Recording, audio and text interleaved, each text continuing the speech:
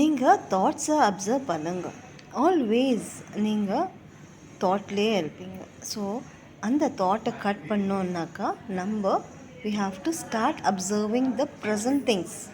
இங்கே whatever it is there, அந்த items எல்லாம் எப்படி இருக்குது என்னன்றதை நீங்கள் அப்சர்வ் பண்ணணும்.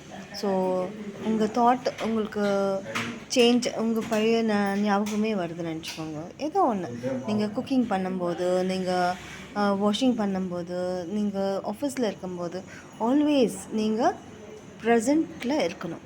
ப்ரெசண்ட்டில் இருக்கும்போது நம்ம மேனிஃபெஸ்டேஷன் ஈஸியாக ஆகிடும். ஸோ மேனிஃபெஸ்டேஷன் ஈஸியாக ஆகணுன்னாக்கா நீங்கள் ப்ரெசண்ட் சிச்சுவேஷனில் இருக்கணும். ஸோ அதுக்கு எப்படி இருக்கணும்னா, I will give you a small tip.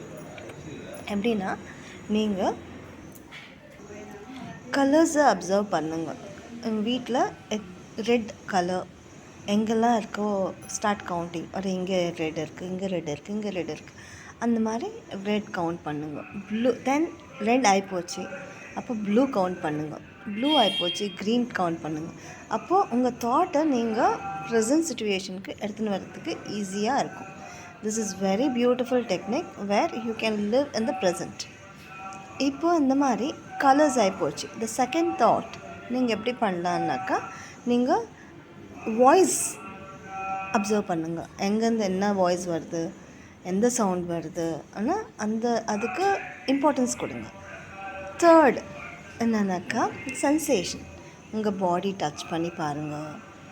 எதனா சாஃப்ட், உங்கள் ஃபோன் டச் பண்ணி பாருங்கள். சாஃப்ட் கார்னர் எதுனா எந்த மாதிரி ஃபீல் அது. ஸோ அப்போது நீங்கள் ப்ரெசண்ட்டில் இருப்பீங்க. These are the few important things. இந்த மாதிரி பண்ணும்போது நம்ம ஓல்டு பேட்டர்ன்ஸ்க்கு போக மாட்டோம். இன் அவர் manifestation we should not go to the old patterns. We have to be in the present. So அந்த மாதிரி பண்ணிங்கன்னா உங்களுக்கு ஈஸியாகவே மேனிஃபெஸ்டேஷன் ஆகும். ரைட். தேங்க்யூ.